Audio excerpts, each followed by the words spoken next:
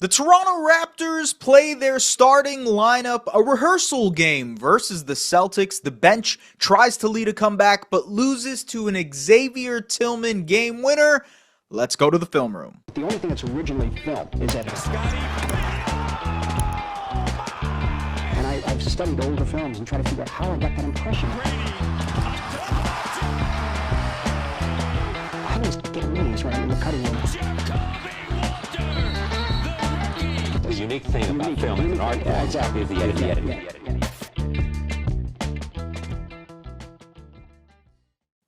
So the Raptors starters were minus 12 in 15 minutes together tonight. And I think a lot of their struggles came on the offensive end. And a lot of that was due to spacing. So if you look at this play that they run, one of the first plays of the game, Scotty Barnes is going to hand it off to RJ Barrett right here. And they're going to flow into a lot of high post playmaking from Jakob Poeltl. So in this area, Jakob likes to operate. We've seen that a lot in Darko Rajakovic's offensive system thus far. And look at the spacing that they're dealing with right now. So Scotty Barnes getting respected in the corner. Obviously there's a little bit of space here between Derrick White. Usually bigs will give Jakob a ton of space above the break. And IQ and BI are working on a pin down action here for him. So as we move through this, you'll see that they're trying to get something going for BI here on the weak side. The Celtics jump the action. So Derrick White jumps in here.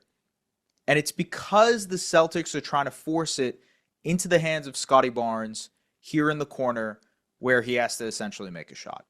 And this happened a few times, a few possessions in a row. This was the result of their process. Now over here, the Raptors flow into a Chicago action, which is a pin down screen here from RJ to BI. And BI will flow into a pick and roll with will flow into a dribble handoff, with Jakob Poeltl. And this is a really great play from the Raptors because it also, as we pause here, and I appreciate the audio listeners tapping in, you can listen or watch visually. Watch how open Emmanuel Quickley is here. Watch the attention that Brandon Ingram gets in the middle of the floor. There are 5 Celtics watching him. And look, part of this is the spacing that the Raptors are dealing with, but also the attention that Brandon Ingram commands in this area of the floor and how the Raptors have to work to weaponize it. Another good play from the Raptors starters. It wasn't all bad. They ran a handoff for RJ and IQ and flow immediately into a high pick and roll with BI and Jakob. Jakob sets that nice screen for BI as he steps into a pull-up 3.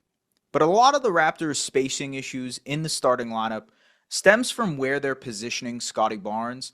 And so they run this quick pitch action, which is a dribble handoff above the break, which is this dribble handoff right here above the break to get Scotty either a quick seam to get downhill or for them to flow into a different action.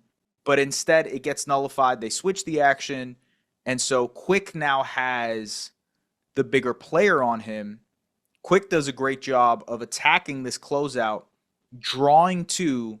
But as you can see, it gets nullified because look how much space they're providing Scotty above the break. And this is a trend that you'll notice throughout some of these clips that I show you guys. Whereas in transition, the Raptors actually got a lot of quality looks with their starting group, especially when there were hit-ahead passes. Scotty did a great job of that, but honestly, everybody on the team did a good job of facilitating there. Now, this is a play without their starters, just to contrast how different it is. So Scotty initiating this action, we basically have a 5-out offense here. So if you look at it, 1, 2, 3, 4 guys who are capable shooters who are going to be respected for the most part, right? So this is good spacing for a guy like Scotty Barnes to operate. And so as we go through this action, Scotty asks for the clear out from Ochai Agbaji. He gets into the post on the smaller Josh Minott. This immediately forces a double team, and Scotty does a great job, an excellent job of swing, swing, swing. Great Danny Green cut from Ochai Agbaji, which is, by the way, a Danny Green cut is just cutting from one corner to another on the baseline. And he knocks down that shot. That is good offense in a 5-out system. So it's not just a Scotty issue. It's just more so that the Raptors in their starting lineup don't have a ton of respected shooters, and so it causes a little bit more issue spacing-wise. Same thing here on this play in terms of their spacing. So the Raptors flow into a pick and roll here with RJ and Jakob. They have IQ in one corner. They have BI in another corner. But because Scotty is spaced out here above the break, it causes some spacing issues for this team. So as you see, Minot pinches in, and there's just tons of attention on this pick and roll. The paint is hard to get into. They kick it out to Scotty.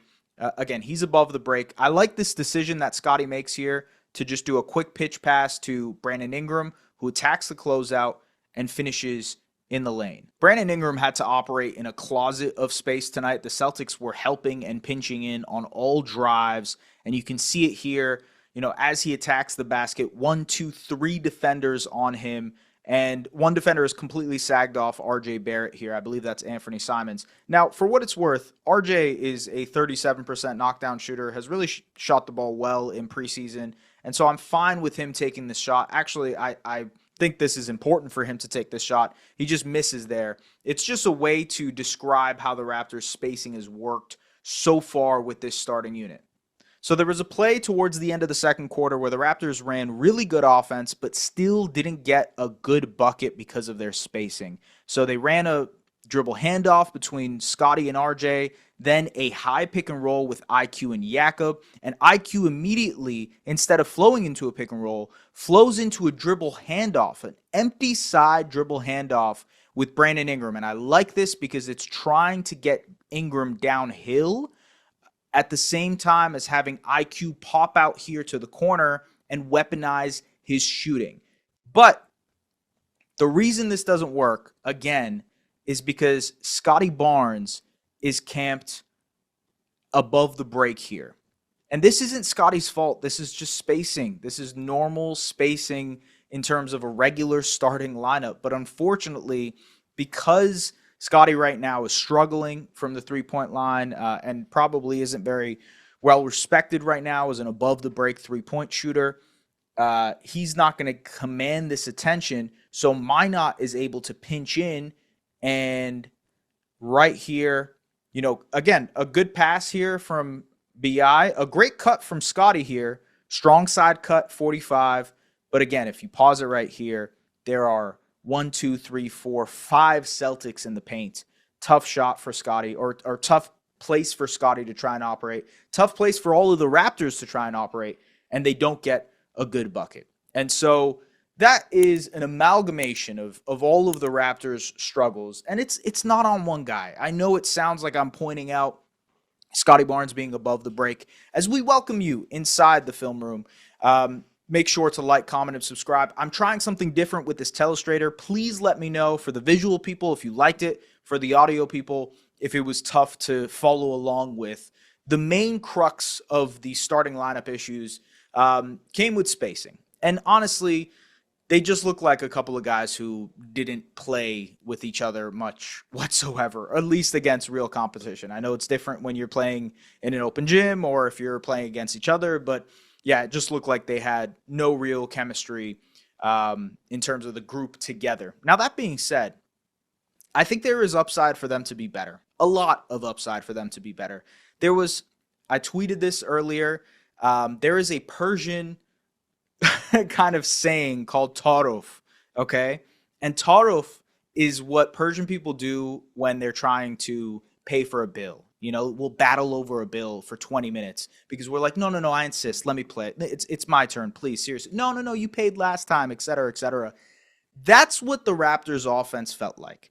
It felt like they were being unselfish to the point of their own detriment, And so, of course, the Raptors love to move the ball. Of course, they're looking to get open shots and open opportunities.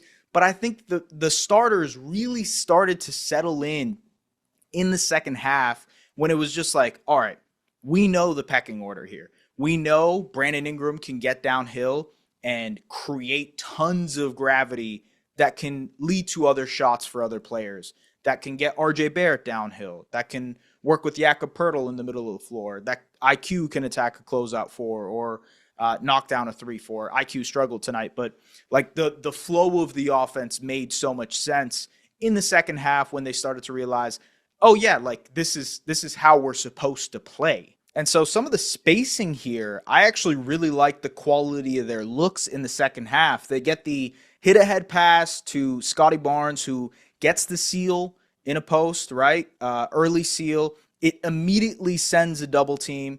Raptors get the Celtics in rotation, and they find Brandon Ingram on the weak side. He attacks this closeout and finishes at the basket over some traffic. I like that play just because it sets up BI to attack a closeout and attack a tilted defense. And over here, in pseudo transition where the Raptors starters looked really good, BI attacks, gets into the teeth of the defense, swing, and RJ Barrett knocks down the corner three. Again, there was less crowdedness above the break and more spaced out to the corners so that the Raptors can maximize. I think there were some growth opportunities for the starters in that second half, and they actually looked pretty good when they played with each other. Now, that being said, they were still minus 12 in 15 minutes. This is the first time they're playing together. I am not worried at all. I think they will actually be a pretty positive lineup together. I know a lot of the conversation will be about how they didn't look good, but from watching the tape, I think there is so much room for that group to work together. And it requires a level of buy-in. And I think that goes without saying when it comes to this Raptors team. There's been a lot of conversation about how they need to have buy-in from a lot of their group. But ultimately, I think this starting group has a lot of potential, and they're only scratching the surface for what it is. I don't think it's an issue with one single player. I know people will bring up Scotty Barnes, who has struggled here in preseason. There's no question about that. I don't want to get into that too much again today, but Scotty through three preseason games has 18 points on 6 of 30 shooting. So he's struggling right now. Physically not able to be as aggressive as you'd like him to be. And so we'll see how that looks in the regular season. We'll see how he adjusts to this new look of the starting lineup. I think there was one thing that was clear in this game, the transitional lineups for the Raptors. They were running a lot of RJ, BI, IQ lineups. They were running a lot of lineups where it was Scotty plus the bench. They were running, and to be honest with you, I spoke to Darko Rajakovic last weekend, or this weekend, it feels like it was forever ago, this past weekend, about what lineups we could see. He told me Scotty plus bench is something we're going to be leaning on this year. And we do like IQ with Jakob. We like Jakob with Grady. RJ and BI clearly have a good chemistry. And so reading the tea leaves there, this lineup, this rotation that we saw tonight makes a ton of sense. No Grady Dick, no Colin Murray-Boyles, no Ulrich Shamshay tonight. And so a couple of those missing pieces changes a little bit of the dynamic, but I was intrigued by some of the transitional lineups that we saw, particularly units that included all three of RJ Barrett, Brandon Ingram, and Emmanuel Quickley, and then staggered on the other side is Sandro Mamukelashvili and Scotty Barnes. And those type of lineups make a lot of sense to me, where Scotty can be playing in this 5-out scheme and RJ, BI, IQ can play in this sort of free-flowing offense. Very intrigued by that. I'm kind of curious to see how that looks on opening night versus the Hawks. This offense is a work in progress, though. There's no question. They need to get up to speed pretty quickly, and they are going to rely on Brandon Ingram a lot, especially in the half court. BI tonight, 20 points on 22 shots. Great rebounding, by the way. 10 rebounds for him. I've been really impressed with his rebounding throughout preseason. I think it's been excellent just because they're asking him to rebound and kind of go, right? Push in transition, get those hit-ahead passes. Scotty Barnes also another good rebounding game with 10 rebounds tonight. But BI, not the most efficient game, but I loved his aggressiveness. I loved how often he was looking to get downhill, how he was trying to get into the teeth of the defense so that he could get all of this attention and gravity on him and then make plays for others.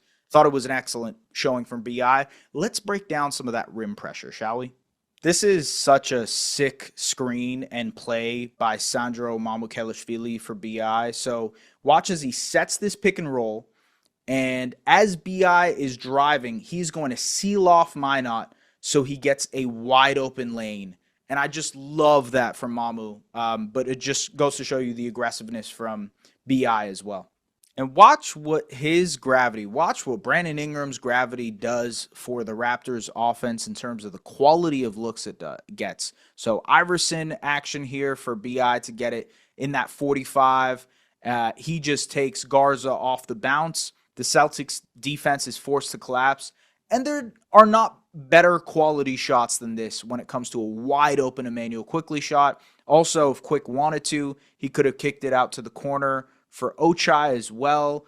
And so quality offense from Brandon Ingram driving downhill. Just love how slithery BI is when he's trying to get downhill too. Not the fastest player in the world, but does a great job of utilizing his handle and his length to get separation and try and finish around the basket. And so BI was awesome. BI is going to be the facilitator for a lot of things the Raptors want to do in the half court. It's a work in progress, folks. That's why it's the preseason. That's why we saw a lot of moments where the Raptors offense fluttered out and looked rudderless, truthfully. But we also saw a lot of moments where there were potential. In my opinion, I thought there was a lot of moments from potential. Jakob Poeltl made his return. He played 20 minutes, had 8 points, 7 rebounds, two assists, 3 blocks. I think him and Scotty looked pretty good defensively for the most part. Overall, pretty slow Jakob game. It seemed like he was kind of getting back into the swing of things. The bench was awesome once again. They had a 14-2 run in that fourth quarter to try and win this game. Jamison Battle knocked down a couple of massive shots. But Xavier Tillman ends up winning the game for the Celtics. It is what it is. It's preseason. It does not matter. Boy, can I just say something Boston related? This is unrelated to the Toronto Raptors. What a player Derrick White is. Like, I understand, maybe this is just my NBA Twitter head here, but like, I understand the price tag the Celtics have for him. I think that dude is awesome. I think he would elevate any contender or playoff team in such a major way. Like, I understand, what was it, like 3 firsts or something that they wanted for Derrick White? I get it. I really get it. And they're like, if I'm Houston with the Fred VanVleet injury, and you obviously don't know what your chances are this season because of that injury, I'm fine. You've got the extra picks. Go out and get Derrick White. I don't necessarily know what other teams even have the capabilities picks-wise to go out and get Derrick White, but if the Celtics even sniff at the idea of trading Derrick White, one of these contenders has to do it. He's such a well-rounded player, crazy defender at his position, unbelievable shot blocker as a guard, has turned himself into a marksman-like shooter. I'm pretty excited for his season in Boston, and hopefully Emmanuel Quickley can learn a couple things, man. I think comparing those two is unfair, but at the same time, if Quick can just be that elite as a shooter and provide some sort of pop defensively like that, it would be awesome for this Raptors team. It's exactly what this Raptors team needs. But folks, as always, like, comment, subscribe to Raptors Republic. We appreciate you guys tapping in. We have one more game of preseason action versus the Brooklyn Nets. The Toronto Raptors are playing the Brooklyn Nets at home on Friday. And then is regular season mode. I'm excited. I'm ready. Raptors Republic, we got a lot of good stuff coming. We appreciate you guys. And for the folks who are listening to this on the audio side, please let me know what you thought of the breakdown segments this time. I'm very curious just because I did use a telestrator, so it was a little bit more visual focused. Let me know what you guys think, though. Appreciate you guys. We'll see you later. Bye-bye.